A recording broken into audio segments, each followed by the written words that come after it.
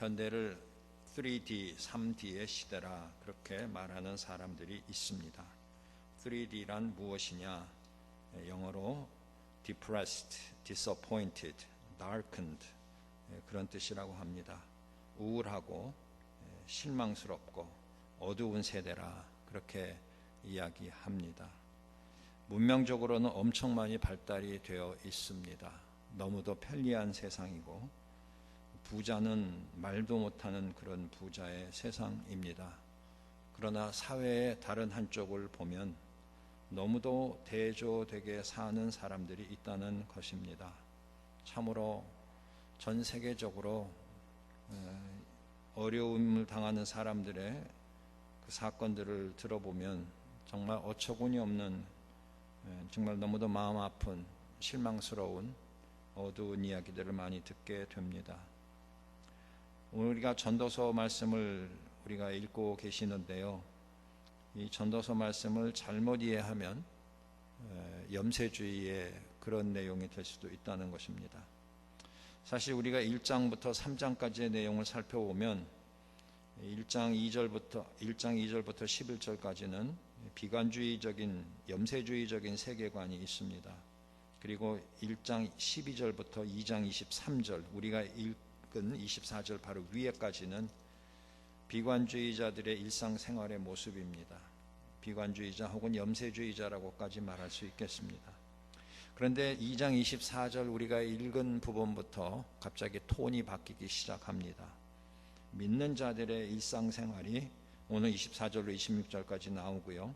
그 다음에 3장 1절부터 22절 3장 전체는 믿는 자들의 세계관에 관하여 말씀을 주고 있습니다.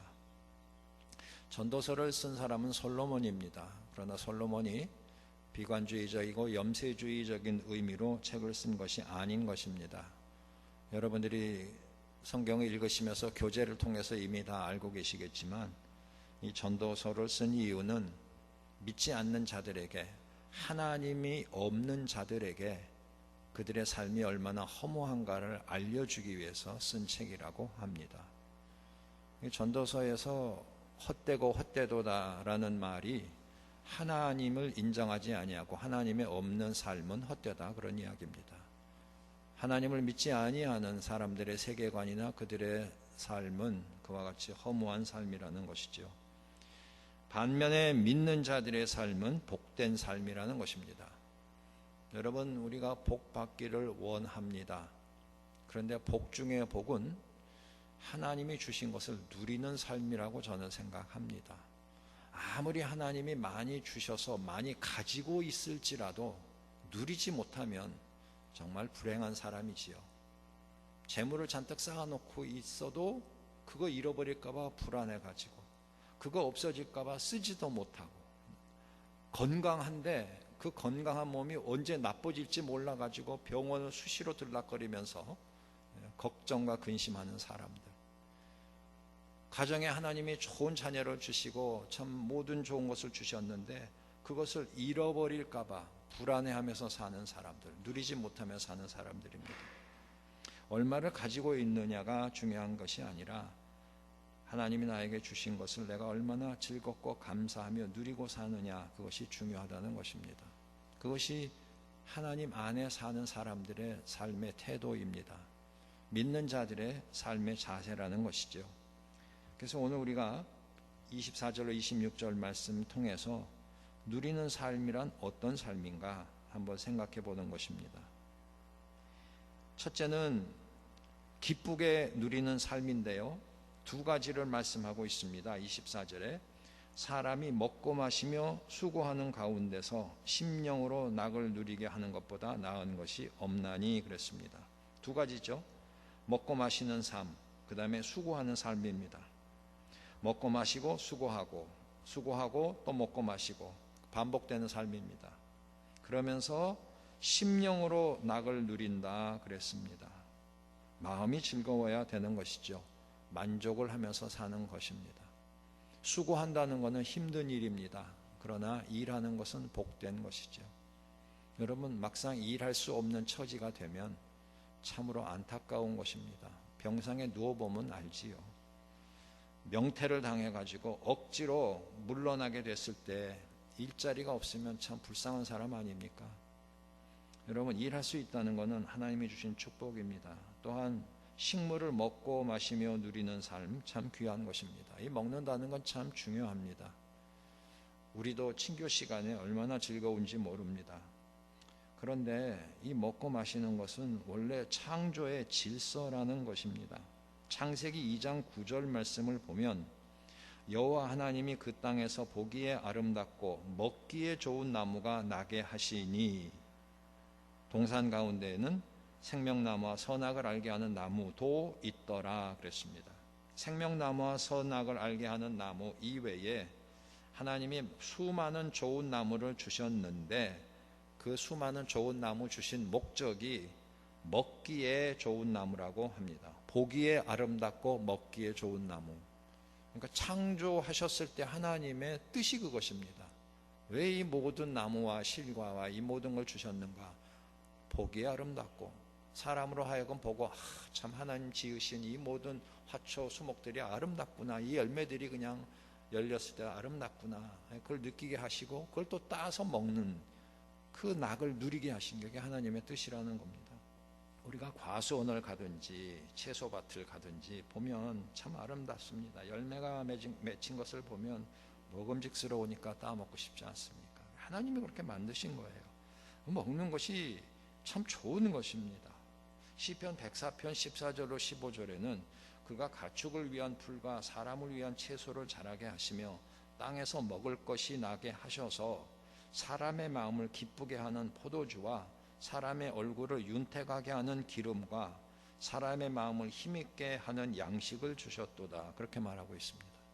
하나님이 모든 걸 주신 것이 사람을 기쁘게 하고 사람의 얼굴을 윤택하게 하고 사람의 마음을 힘있게 하시기 위해서 다 주셨다는 겁니다. 그러니까 우리가 이걸 따먹고 만들어 먹고 하는 게 좋은 일이라는 것입니다. 먹고 마시는 일은 참 좋은 것입니다. 단 먹기 위해서 살면 안 된다는 것이죠. 먹어도 하나님이 주신 것을 깨닫고 하나님이 우리에게 허락하신 것을 깨닫고 감사하며 먹으면 너무 좋다는 것입니다. 여러분, 일도 마찬가지입니다. 어떤 사람들이 일 중독에 걸려 있습니다. 불안하니까 일에 몰두합니다. 밤잠도 자지 않습니다. 가족들하고 쉬는 시간도 가지지 않습니다. 어떤 사람들은 출세하기 위해서, 돈을 많이 벌기 위해서, 자기의 어떤 목표와 욕심을 이루기 위해서 일에 몰입하는 사람들이 있습니다. 그런 것들은 잘못된 겁니다. 마치 먹을 것을 탐하는 사람하고 같은 것입니다. 먹든지 마시든지 일을 하든지 하나님이 주신 것을 깨닫고 즐기며 기쁘게 그것을 감당하라는 것입니다. 그것이 누리는 삶이라는 것입니다. 리차드 카보드라는 신학자는 이런 말을 했습니다. 자기의 일을 찾는 것은 세상에서 자기의 자리를 찾는 것이다 그랬습니다. 하나님이 다 우리를 만드실 때 뜻에 따라 이렇게 저렇게 만드시고 달란트를 각각 주셨습니다. 내가 그러면 이 땅에 살 때 과연 하나님의 뜻에 따라 내가 무슨 일을 해야 할까? 그것을 발견하고 그 일을 하면서 사는 사람은 정말 행복한 사람입니다. 정말 내가 하고 싶은 일을 하고 사는 사람은 정말 행복한 사람입니다. 얼마나 많은 사람들이 하기 싫은데 먹고 살기 위해서 어쩔 수 없는 상황 속에서 투덜투덜하면서 스트레스 받아가면서 일하고 사는지 모릅니다. 그러나 정말 수입에 상관없이 내가 하고 싶은 일을 한다는 것은 정말 하나님이 주신 복이라는 것이죠. 여러분들, 내가 어떤 자리에 있어야 할까? 내가 무슨 일을 해야 할까? 기도하시는 가운데 잘 찾으시고 그 일을 하면서 하나님이 허락하신 것을 누리며 사는 저와 여러분들 될 수 있기를 간절히 기원합니다. 두 번째로 생각할 것은 누리는 삶이라는 건 뭐냐면 24절 후반절을 보면 내가 이것도 본즉 하나님의 손에서 나는 것이로다 그랬습니다. 이 모든 식물과 마시는 거, 내가 하는 일들이 다 하나님이 주신 선물이라는 생각을 가지고 살아야 한다는 것입니다. 내가 먹을 수 있을 때, 마실 수 있을 때, 일할 수 있을 때 즐거움으로 하지만 항상 생각해야 될 것은 이것도 하나님이 나에게 주신 것이라 그 생각을 절대 버리면 안 된다는 것입니다. 디모데전서 4장 3절로 5절 말씀, 혼인을 금하고 식물을 폐하라 할 터이나 식물은 하나님이 지으신 바니 믿는 자들과 진리를 아는 자들이 감사함으로 받을 것이니라. 하나님의 지으신 모든 것이 선함에 감사함으로 받으면 버릴 것이 없나니 하나님의 말씀과 기도로 거룩하여 짐이니라 그랬습니다. 여러분, 구약의 레위기를 보면 하나님께서 여러 가지 법을 주시는 중에 굽이 갈라지지 아니한 거, 또 되새김질하지 아니하는 거 먹으면 안 된다고 말씀을 하셨습니다. 그리고 거기 구약에 의하면 거룩한 음식과 거룩하지 못한 음식이 있습니다. 그래서 지금도 유대인들은 거기에 따라서 먹습니다. 회교인들도 마찬가지입니다. 그들은 자기네들이 아브라함의 자손이라고 생각하고 모세오경을 믿고 사는 사람들이기 때문에 그들도 음식을 그렇게 가려서 먹는 것입니다.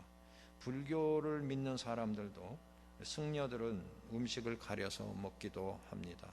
안식교에서도 음식을 가려서 먹습니다. 그러나 그것은 구약의 예였습니다. 예수님이 오신 이후부터는 디모데전서 4장 5절 말씀이 있는 대로 하나님의 말씀과 기도로 거룩하여진 모든 음식은 먹을 수 있다는 것입니다. 디모데전서 4장 4절에는 하나님의 지으신 모든 것이 선함에 감사함으로 받으면 버릴 것이 없나니 하나님의 말씀과 기도로 거룩하여 짐이니라. 예수님 안에서는 우리가 먹는 것도 자유하다라는 것입니다. 하나님이 주신 것은 무엇이든지 먹을 수 있다라는 것입니다. 감사함으로 먹으면 되는 것이고, 그 음식을 먹는 사람이 믿음을 가지고 하나님의 말씀과 기도로 거룩하게 된 자세로 먹으면 좋다는 것입니다. 그러므로 여러분의 건강은 챙기십시오. 그러나 의식에 의해서, 어떤 신앙에 의해서 먹지 못할 것은 없다는 것입니다. 단 우상의 제물에 바쳐진 고기는 먹지 않는 게 좋다라고 사도 바울이 얘기했지요. 사실은 그거조차도 먹어도 되는 것입니다. 그래서 사도 바울이 왜 안 먹겠다 그랬느냐 하면, 우상에 바쳐졌던 그 제물을 사도 바울이 먹는 것을 믿음이 약한 사람이 보고 시험을 받기 때문에 다른 사람을 실족하게 하지 않기 위해서 안 먹겠다는 것입니다. 내 몸에 나쁘니까, 그것이 신앙에 위배되니까 안 먹겠다는 것이 아니라, 다른 사람, 믿음이 약한 자들이 그걸 보고 혹 실족할까봐, 믿음에서 떠날까봐 자기가 안 먹겠다라는 것이죠. 그 원칙을 우리가 지킨다면 사실 하나님이 주신 것 다 감사하며 먹을 수 있다라는 것입니다. 여러분, 주신 이도 하나님이십니다. 그리고 우리로 하여금 먹을 수 있는 건강을 주신 것도 하나님이십니다. 우리는 그것을 알고 감사함으로 받고 감사함으로 일하면 되는 것입니다. 두 번째로, 하나님이 주신 선물임을 기억하면서 자족하는 태도로 살아야 된다는 것입니다. 우리가 읽다만 전도서 3장을 한번 보시기 바랍니다. 성경 전도서 3장 12절과 13절 말씀을 보시기 바랍니다. 사람이 사는 동안에 기뻐하며 선을 행하는 것보다 나은 것이 없는 줄을 내가 알았고, 사람마다 먹고 마시는 것과 수고함으로 낙을 누리는 것이 하나님의 선물인 줄을 또한 알았도다 라고 확실하게 이야기하고 있습니다. 여러분, 하나님이 주신 것입니다. 그러니 우리는 감사하며 살아야 합니다. 디모데전서 6장 6절로 8절에는 자족에 대해서 이렇게 말씀하고 있습니다.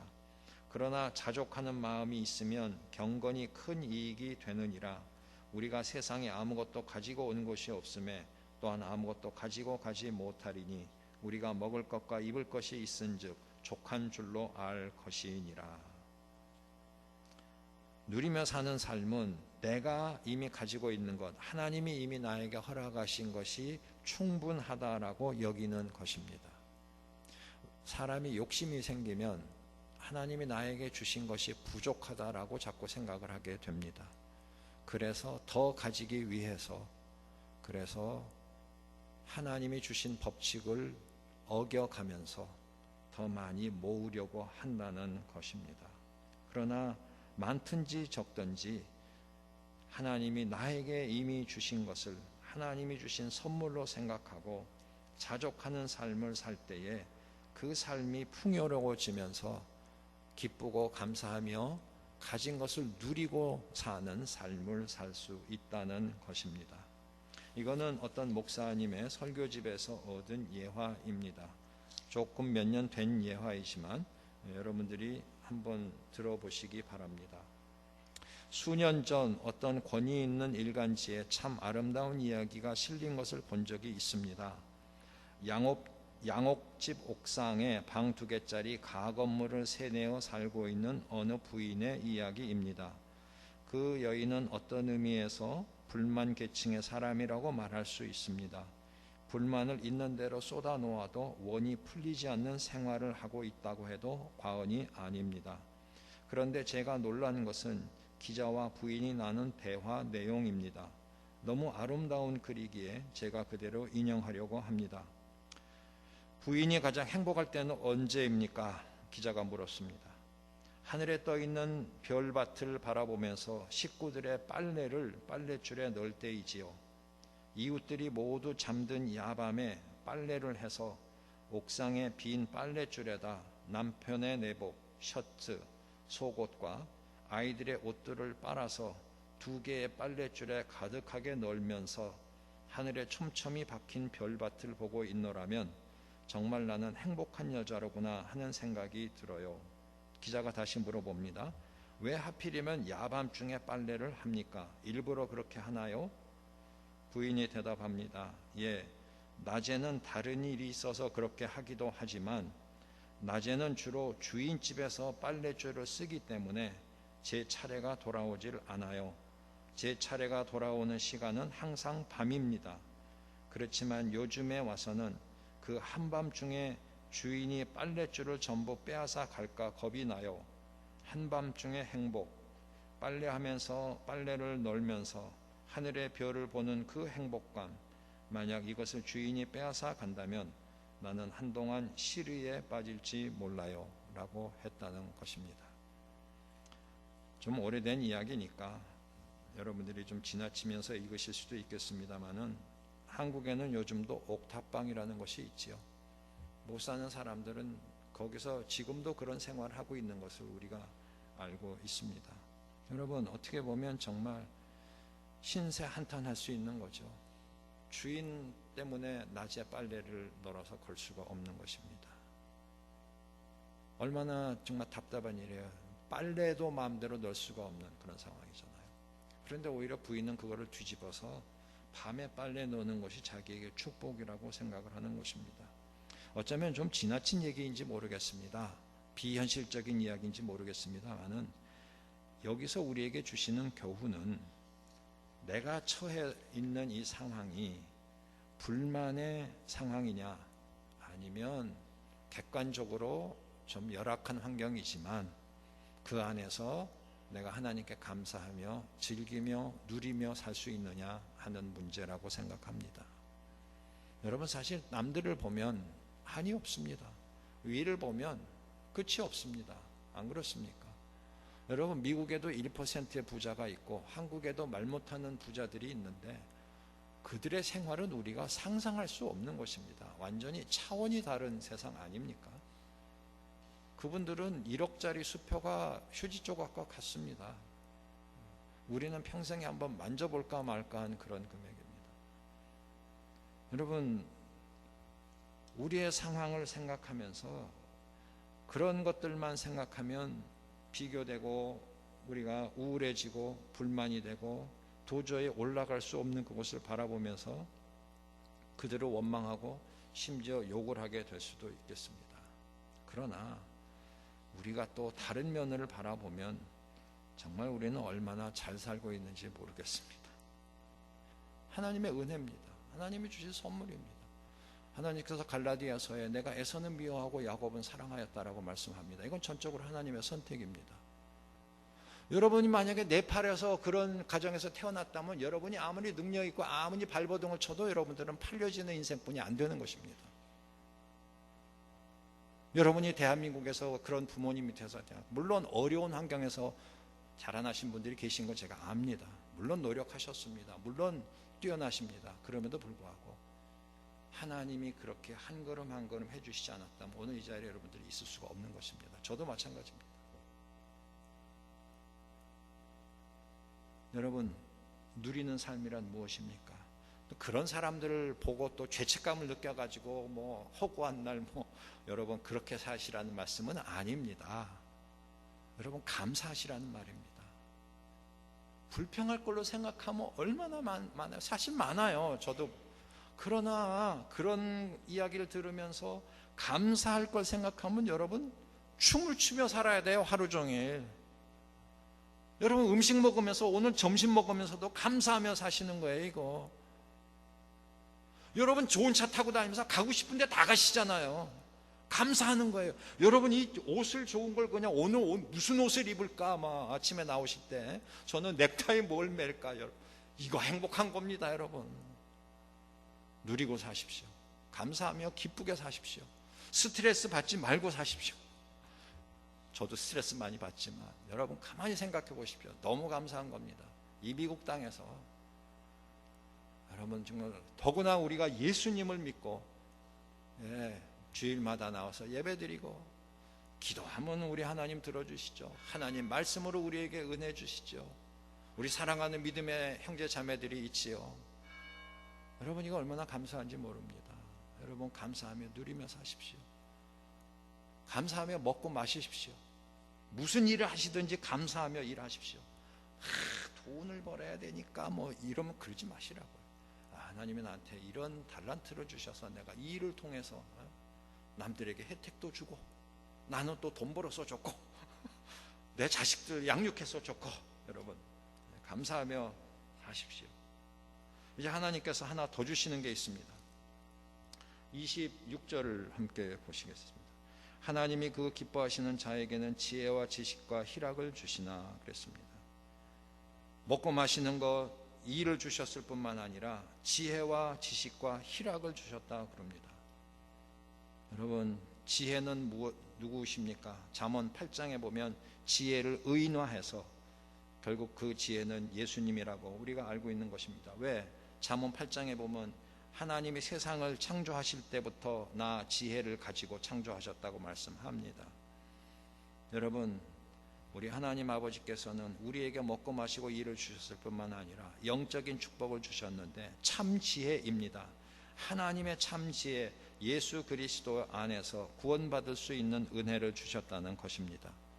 그것을 깨닫고 우리가 희락을 누리며 살 수 있게 해주신 것입니다. 고린도전서 1장 21절, 하나님의 지혜에 있어서는 이 세상이 자기 지혜로 하나님을 알지 못하는 거로 하나님께서 전도에 미련한 것으로 믿는 자들을 구원하시기를 기뻐하셨도다 그럽니다. 세상의 지혜가 아니라 하나님의 지혜를 주시는 것입니다. 하나님의 지혜는 전도를 받고 나서 세상 사람들은 웃으며 믿지 않는 것들을 우리는 믿게 하시고 예수님을 영접하고 구원받은 삶을 살게 해주신 것입니다. 비록 이 땅에서 우리가 1%의 부자들처럼 살지는 못하지만은 우리가 이 땅에서 믿음을 가지고 살다가 하나님 나라 갔을 때에는 이 미국 땅의 1%의 부자가 유가 아니게 도저히 비교될 수 없는 하나님 나라에서 황금보석 꾸민 집에서 우리가 그때 보지 않았습니까? 생명수 강이 흐르고 해가 쓸 데 없고 그 영원한 곳에서 아름답게 사는 곳입니다. 지난번에도 말씀드린 부산에 있는 콩나물 장수 할머니가 집을 지어줄래거든 12기둥 12문을 하고 보석을 박아라, 그리고 바닥은 유리로 깔아라, 그렇게 말씀하셨던 것처럼 우리는 그런 집을 이미 가지고 있다는 것입니다. 여러분, 그걸 생각하면서 얼마나 감사한지요. 여러분, 누리고 사시기 바랍니다. 26절 후반절을 한번 보겠습니다. 죄인에게는 노고를 주시고 저로 모아 쌓게 하사 하나님을 기뻐하는 자에게 주게 하시나니 이것도 헛되어 바람을 잡으려는 것이로다 그랬습니다. 죄인은 열심히 쌓고 모읍니다. 근데 그것을 자기네들이 써보지도 못하고 누려보지도 못하고 하나님을 믿는 자들에게 넘겨주어야 한다고 말씀합니다. 대표적인 예가 가나안 땅입니다. 400년 동안 가나안 칠족석은 열심히 일해서 성을 쌓고 집을 짓고 밭을 가꾸고 아주 가나안 땅을 잘 만들어 놨습니다. 400년 후에 하나님께서 야곱의 후손들을 그 땅으로 인도하셔서 자기들이 짓지도 아니한 집에서 쌓지도 않은 성읍 안에서 자기네들이 경작하지 않은 그 논과 밭을 가지고 풍요롭게 살게 해 주셨다는 것입니다. 여러분, 하나님께서 그렇게 해 주시는 것입니다. 그러므로 우리가 결론적으로 어떻게 살아야 되는가, 제가 말씀드렸지만 전도서는 읽으시고 끝에 두 절을 읽으시라고 말씀을 드렸습니다. 이 일의 결국을 다 들었으니 하나님을 경외하고 그의 명령들을 지킬지어다. 이것이 모든 사람의 본분이니라. 하나님은 모든 행위와 모든 은밀한 일을 선악간에 심판하시리라. 이 일의 결국을 다 들었습니다. 그러므로 우리는 하나님을 경외하며 그의 명령을 지키며 살아야 합니다. 그것이 우리의 본분이라고 하셨습니다. 우리가 어떤 행위와 어떤 일을 하든지 간에 하나님께서 선악간에 심판하실 것을 두려워하면서 하나님이 주신 모든 것을 누리고 희락을 누리고 기쁨으로 주님께 나아가는 저와 여러분들 될 수 있기를 간절히 축원합니다.